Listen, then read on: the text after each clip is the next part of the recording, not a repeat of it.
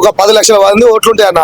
1000 కాంగ్రెస్ వేసినాక మా ప్రభుత్వం ఏం చేసింది? ఆర్టీజన్ నామకరణం చేసిన ప్రభుత్వం ఏం చేసింది? మనిషి మొగోళ్ళమే గడ్డ ఉన్నాయి కానీ మాకు ఏది లేకుండా చేసింది. కొత్త రకాలు చెప్తా అన్న, ఉన్నది చెప్పాలా మన ఈ న్యూస్ కు. అయితే ఫోన్లు ఎక్కేది మేము, ఫోన్లు దిగేది మేము, కరెంట్ బిల్లు కొట్టేది మేము, ప్రతి నెల పోయి మన ఇంటికి పోయి బిల్లు కొట్టేది మేమే, కన్జ్యూమర్ ఇంటికి బిల్లు వసూలు చేసేది మేమే.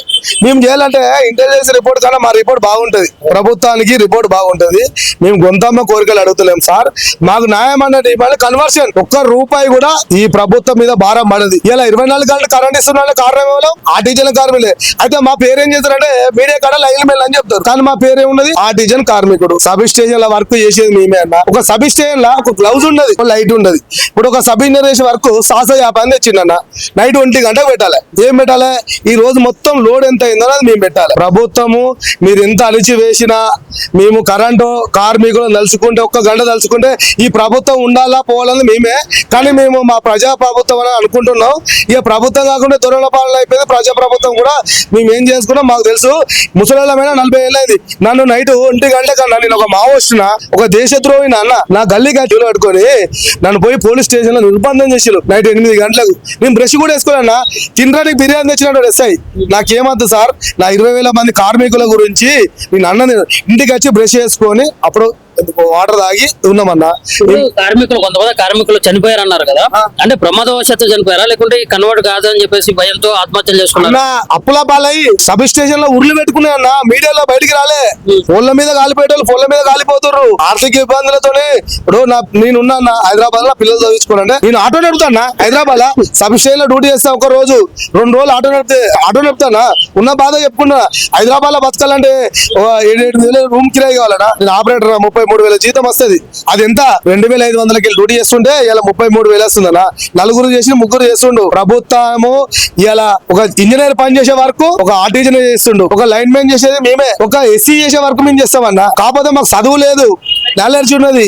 ఇక్కడ నుంచి ఫోన్ సికింద్రాబాద్ కి ఎట్లా పోతాయి లైన్ అయితే వరకు మాకు తెలుసు.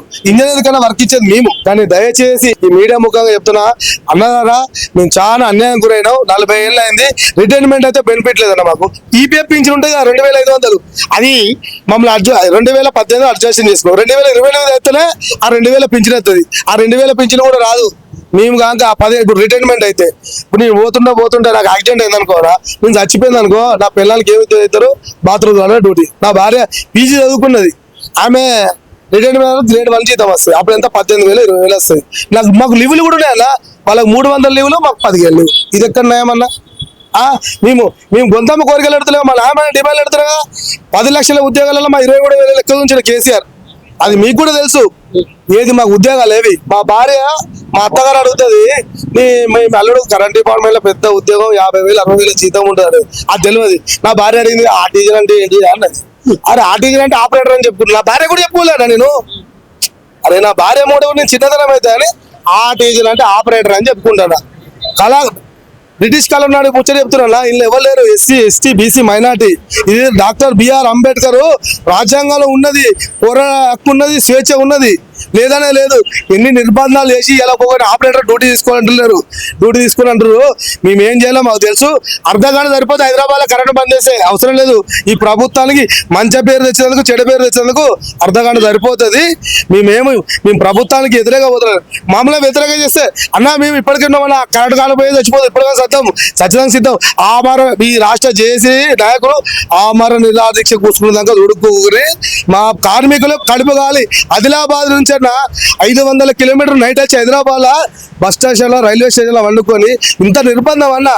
ప్రభుత్వం అంటే అప్పుడు ప్రభుత్వం చేసిన ఇందిరా పార్క్ లో ధర్నా చేసుకుని ప్రజాపాలన అన్నాడు, ఇనుప కంచెలు తీసేసినావు. ఆర్టీజన్ అంటే ఏమంటాడు మా బట్టి సారు, మాతోనే 5 రోజులు పాదయాత్ర చేసిండు, మన ప్రభుత్వం వచ్చినాక అన్ని చేస్తా అన్నాడు. చేసింది అయితే ఆర్టీజన్ ఏమంటాడన్నా, మేము ఏమో చెప్పుకోవాలి మా బాధలు. అన్నా నా కడుపు కాలి. ఒక విద్యుత్ శాఖ మంత్రి అండ్ రాష్ట్ర ఉప ముఖ్యమంత్రి అయి ఉండే ఆయనకి ఆర్టీజన్స్ అంటే ఏందో తెలియదు అంట. ఆర్టీజన్ అంటే ఏమంటే మేము ఏమో చెప్పుకోవాలి మా బాధలు. ఇక నిరసన తెలుపుకోవద్దా అన్న? మాకు స్టాండింగ్ ఆర్డర్ తెచ్చిండు, 8 గంటలు డ్యూటీ చేసిపోవాలి. వారంలో వీక్లీ ఆఫ్ ఉంటుంది. 2 వేస్తారన్న డ్యూటీ, 2 వేయాలంటే.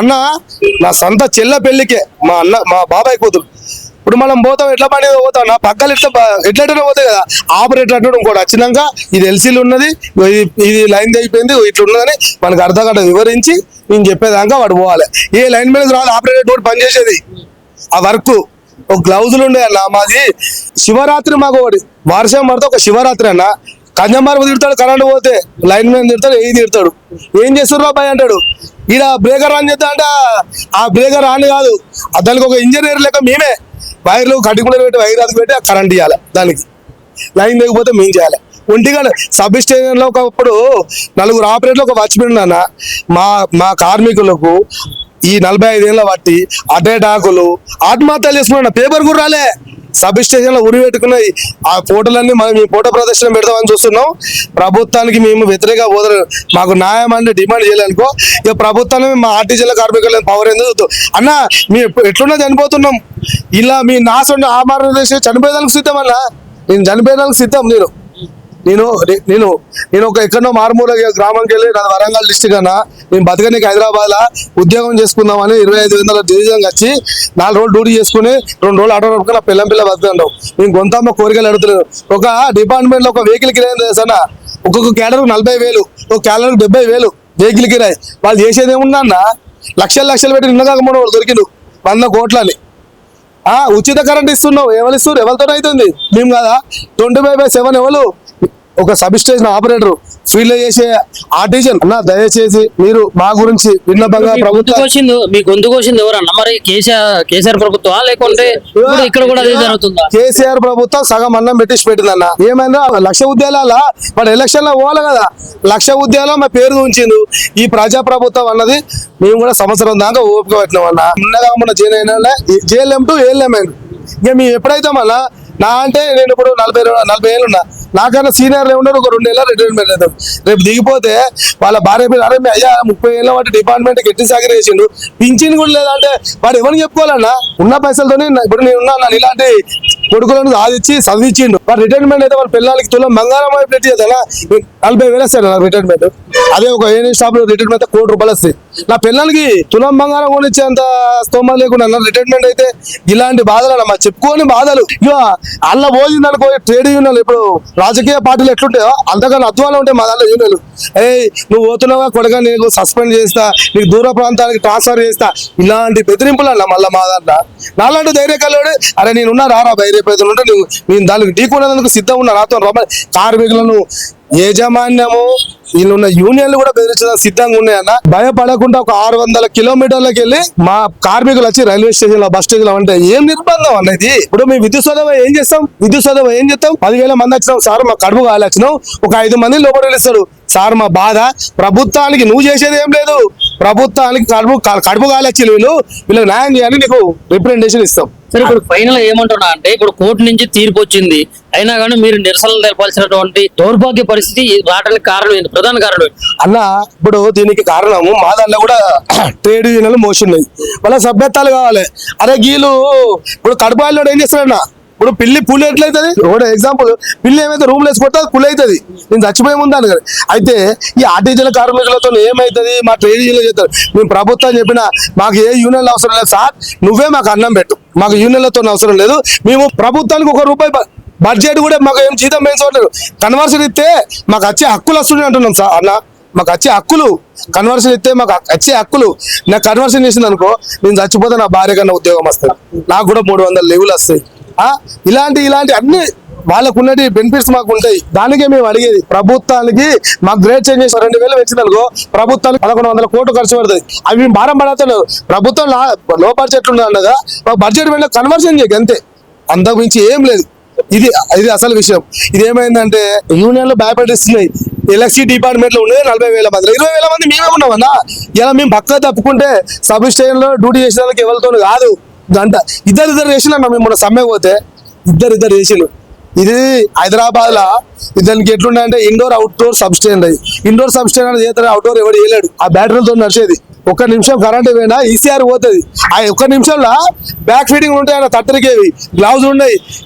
ఏడు తిడతారా ఎవరు తిడతారు అని చెప్పి టక్కటక్ అన్ని ప్లేలు మార్చుకొని మళ్ళీ బ్యాక్ ఫీడింగ్ తీసుకొని కరెంట్ ఆన్ చేయాలన్న. అలాంటి పరిస్థితి ఒక ఇంజనీర్ చేసే పని చేస్తున్నాం అన్న మేము. మాకు ఇచ్చే 33,000కు మీకు ఏమైతుంది? మీ ఇంట్లోకి వెళ్ళి ఇస్తలేవు కదా, నీ ఇంట్లోకి వెళ్ళి ఇస్తలేవు కదా.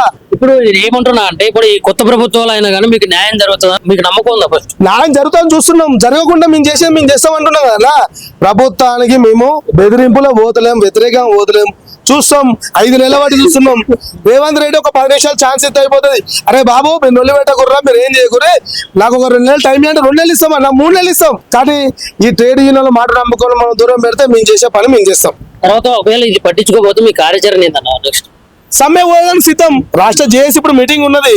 ఇది కాకుండా మేము సమ్మె వేయడానికి సిద్ధం. ఇప్పుడు అట్లానే చచ్చిపోతాం, ఇట్లానే చేద్దాం. ఉంటే ఉద్యోగం లేకుండా అన్నమన్నా ఇది చేసే బదులు రోజు 6 రూపాయలు, నాకు రోజు 1000 రూపాయలు వస్తాయి. సాయంత్రం పిల్లలతో బుక్కడి తిని ఉంటా. ఓకే అన్న, మరి ఈ ప్రభుత్వానికి ఏం చెప్పదలుచుకున్నారు మీరు ఫైనల్ గా? మేము రేవంత్ రెడ్డి గారికి ఏం చెప్తాం సార్, మేము ప్రభుత్వానికి మీకు మేమే వేసినాం 10 లక్షల మాటలు ఓట్లు వేసినాం. నీకు 2% లో నువ్వు 2%, ఆ 2% లో మా కరెంట్ వాళ్ళేమే ఉన్నావు. ఆ 2% లో మేము కరెంట్ వాళ్ళేమో ఉన్నాం. మీరు మాకు న్యాయం చేస్తారని చూద్దాం. అన్యాయం చేస్తే రాబోయే ఎలక్షన్ లో మా పవర్ ఏందో చూస్తాం. మా పవర్ ఏందో, మా ఇంటికి 10 ఓట్లు ఉంటాయి అన్న, 10 లక్షల ఓట్లు ఉంటాయి. ఇల్లు ప్రతి నెల బిల్లు కొట్టేది మేమే. ప్రభుత్వం ఏమైంది, ఏం చేసింది? కొత్త ప్రభుత్వం చెడ్డ పేరు చెప్పేదానికి మేమే, మంచి పేరు చెప్పేదానికి మేమే. ప్రతి ఇంటికి మేమే అన్న. వాడు ఇంటెలిజెన్స్ సర్వే పైసలు ఇస్తే సర్వే చేస్తాడు, మేము పైసలు లేకుండా సర్వే చేస్తాం ప్రభుత్వానికి. ప్రభుత్వం ఇదన్నా గుర్తుపెట్టుకోండి సార్, కరెంట్ వాళ్ళు మీరు మాకు మంచిగా ఉంటే మీ అనుబంధంగా మీ ప్రభుత్వం ఇంకా 20 ఏళ్ళు ప్రభుత్వం పాలన కావాలని మేము కూడా కోరుకుంటాం. మాకు మంచి చేస్తే అరే చెప్పుర్రా మా ఇంట్లో చెప్తాం. ఇప్పుడు ఇంటింటికి పోయి కరెంటు బిల్లు కొట్టి మొత్తం ప్రభుత్వం గురించి నెగిటివ్ ప్రచారం చేస్తా ఉంటారు. మంచి చేస్తే మన ప్రభుత్వం ఇట్లా చేస్తుంది, కొత్త ప్రభుత్వం వచ్చింది, ప్రభుత్వం లాసులు ఉన్నదా లాభాలు ఉన్నదా ఇక చెప్పేది ఏందో మేము చెప్తామన్నా. న్యాయం చేయకుంటే ఇండైరెక్ట్ చెప్పాలి, మీకు మీడియాకి చెప్తామన్నా, చెప్పేది చెప్తామంట. ప్రతి నెల 1వ తారీఖు పోతాం, 10వ తారీఖు పోతాం. ఇంటెలిజెన్స్ ఎటో వాళ్ళు చెప్తారా? మాకు చెప్తారు కరెంట్ బిల్లు కొడితే బిల్లు ఎందుకు ఎక్కువ వచ్చింది అమ్మంటే చెప్తాం, బిల్లు తక్కువ వచ్చిందని చెప్తాం. మాకు అన్నీ వస్తాయి అన్న, ప్లస్లు వస్తాయి మైనస్లు వస్తాయి.